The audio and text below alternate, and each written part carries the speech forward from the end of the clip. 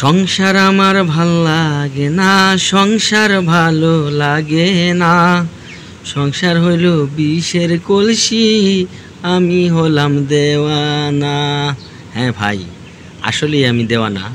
কারণ প্রত্যেকটি সংসারেই জয় ঝামেলা থাকবেই, ছোট বড় কম বেশি। কিন্তু তারপরেও স্ত্রীর মন রাখা যায় না।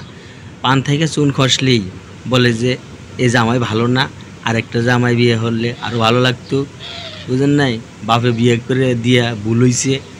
তো এরকম মানে ফালতু পেশালগুলা পারে খালি, যা আসলে যারা স্বামী তাদের আসলে বোধগম্য নয় যে স্ত্রীরা কেন এরকম করে।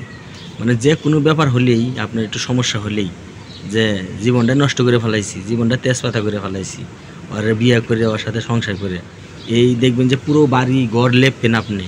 হ্যাঁ, দরজার সামনে একটু কাদো হয়ে গেলে যেরকম মনে করেন যে মাসাসিরা চিল্লাপাল্লা করে, হ্যাঁ, ঠিক সেরকম আপনি এত শ্রম দিবেন বউয়ের প্রতি, এত খাবার দাবার, এত খানা পিনা, হ্যাঁ, রাজকীয়, কিন্তু আপনি একবার খালি স্লিপ অফ টাং করবেন কোনো জিনিসের প্রতি, দেখবেন যে আপনার 14 গোষ্ঠী উদ্ধার করে দিবে এই বউ। তো আসলে দেখুন, এই আজকাল যে যুগ জামানা আসছে, এই ছেলেরা আসলে নির্যাতিত স্ত্রীর কাছে। তো আমি আসলে এরকম বলবো না যে সব নারীদেরকে দুষবো না, তবে বেশি সংখ্যক নারী এখন এই পথ অবলম্বন করছে, যে একদম মনে করেন যে অশান্তি হয়ে গেছে ভাই, জীবনটা অতিক্ত।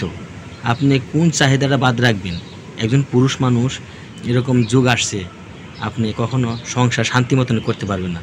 অশান্তি আপনাকে গ্রাস করে তুলবে, আপনাকে কাজ কাম করে কখনো শান্তিতে সংসার করে দিবে না এই বউ, বুঝেন নাই?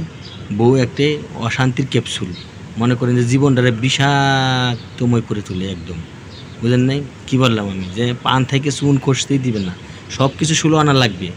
হ্যাঁ, আরে ভাই, আপনার বাড়ির যখন ছিলেন, আপনি কি 16 আনা আপনার বাপের বাড়ি থেকে পাইছিলেন?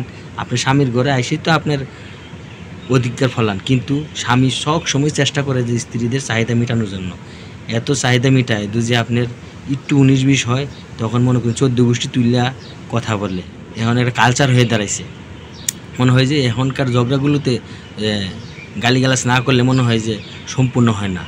তো আসলে কার কার আসলে এরকম অশান্তিদের মধ্যে আছেন, একটু লাইক কমেন্ট করে বা ভিডিওর ভালো লাগলে শেয়ার করে দিতে পারে। মানে ভিডিওর খাতিরে আমি বলতেছি না, আসলে মানে খুবই আসলে যাদের যাদের আসলে এরকম হয়েছে জানায়েন তো।